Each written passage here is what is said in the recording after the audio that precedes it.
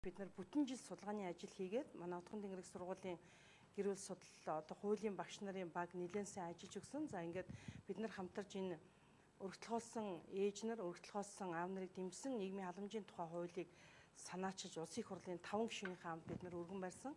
За тэгээ энэ хууль маань мөн бас улсын их хурлаар хилцэж амжсангүй чуулган завсарчлаа. За энэ хуулийн гол зорилго нь бол яг саяын өөрийн хэлдэг шиг чинь өнөөдөр өргөдөлгөөлж амьдарч байгаа 150 ээжийг цуглуулад би энэ хуулийн хилцүүлгийг хийж үтсэн. Ер нь энэ хуулиар ямар асуудлыг шийдмээр байна? Ер нь та нарын амьдралд өнөөдөр яг юунд нь төр туслах дэмжих ёстой юм? За бусад улс орнуудын зөндөө олон туршлагыг бас судалж үзсэн.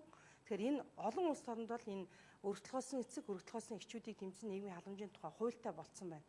Энэ нь бол өнөөдөр за өргөдөлгөөлсөн эмэгтэйд бол үр хүүхдээ өсгөөд тижээгээд амьдраад ингээд ганцаараа авч явах бол хэцүү.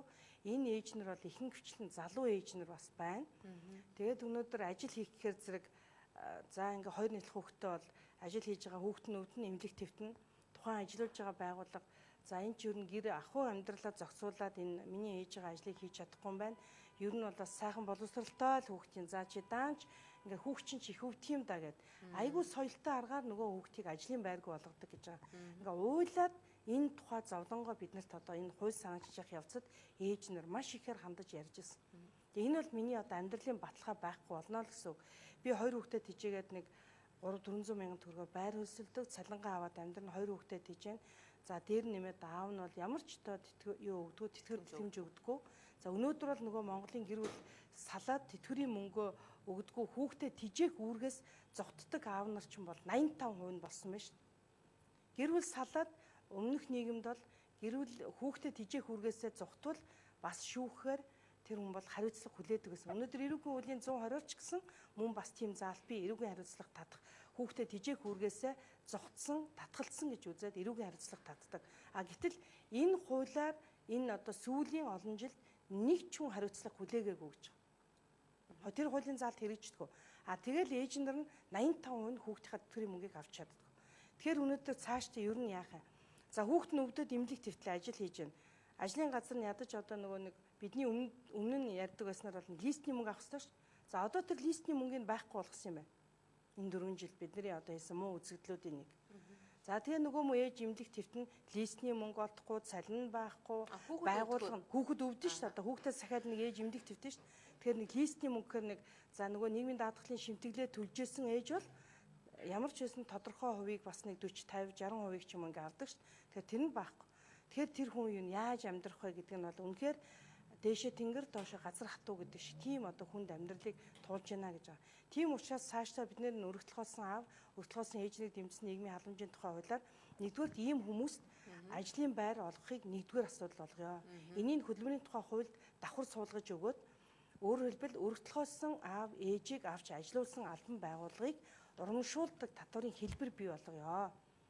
Одоо өөрөөр хэлбэл тахир дутуу иргэдийг авч ажилуулсан байгууллагад нэг дэмжлэг үзүүлдэг шиг мөн өргөдөлгөөлсөн аав, өргөдөлгөөлсөн ээжид өр хүүхдээ өсгөж яваагийнхын төлөө Монгол төр бас нэг юм зохицуултын бодлого хийж өгөө. Бид нар шууд мөнгө төгрөг өгөөд ууж хавах тухай яриаггүй. Энэ бол дандаа тэр хүмүүсийг ажиллаж амьдрах тулцаа дэмжлэг үзүүлэхэд нь л тусал яа. Өр хүүхдээ сайхан хүмүүжүүлж өсгөж байгаа бол сургууль соёлд ороход нь тусал яа. Сургалтын төлбөрийг нь даадаг болёо.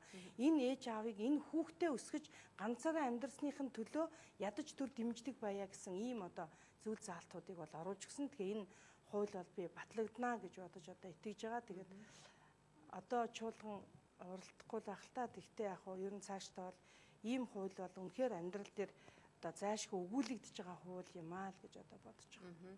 Ер нь зөв юу ч юм хууль эрхцэн хүрээнд бас асуудлыг шийдвэрлэхэд бол за их хурлын гишүүд одоо ингээл явдаг юм байна. Эргээд яг нийгэмд одоо анхан шатандаа ч гэдэг юм энэ хуулийн хэрэгжилтүүд ер нь ямар түвшинд байна гэж та боддог вэ? Одоогоор бол ингээд яг хуу ер нь энэ Монгол улсад бид нар өнгөрсөн 4 жилийн нэг одоо процессыг ингээ эргээгээд сайн харахад хууль хэрэгжүүлэх үйл явц бол дээрээсээ ахуулаад бүх шатандаа ер нь бас суларсан гэж бодож байгаа. Хэрэгжилж чадахгүй баа. Би бол яг өөртөө чинь санд нэг байна. Яагаад ингэж байна гэхээр бид нар дээрээ загвар үзүүлээд байгаа шүү дээ. Одоо манай жишээлбэл юу гэдэг улсын их хурл дээр манай бид чинь заримдаа үг хэлэх ингээ эрэхгүй сууж байгаа шүү дээ. Ер нь ямар ч асуудлаар улсын их хурлын гишүүн бол өөрийнхөө үзэл бодлыг улсын их хурлын чуулган дээр чөлөөтэй илэрхийлэх боломжтой шүү. Тэгэхээр тэр эрх маань бол ерөнхийдөө энэ 4 жилд бол аягүй хумигдсан. Улсын их хурлын гишүүний эгийн тухай хууль бол бас л тийм сайн хэрэгжилтэй байж чадаагүй. Энд ийм үйл явдал болоод байгаа учраас тэр доор байгаа бүх шатанд хууль бол үнэхээр эзэндээ үйлчилж хүрч чадахгүй байна гэдэг бол бодтой байгаа зүйл. Тийм учраас өнөөдөр өргөтлгоос нь тэрнэмүү ядраад явж байгаа ээжийг ядар зүдэрч гэнэ үү гэж нийгмийн халамжийн бодлогоор дэмжинэ гэхэд бол ер нь хэцүү дээ. Тэгэхээр өнөөдөр бол ер нь энэ дэлхийд даяараа энэ залуучууд руу хандсан тэр тусмаа өнөөдөр мянганы залуучууд гэдэг энэ Millennium Challenge гэдэг одоо нэг юм томьёол орж ирж шít. Ер нь мянганы залуучууд гэж хэнийг хэлж байгаа юм бэ? Энэ хүмүүсийн амьдрал ахуйг ер нь яаж одоо дэлхийн нийтээрээ дэмжих юм бэ? Ажилгүй орлогогүй байгаа хүмүүс бол энэ хэсэг нь байна.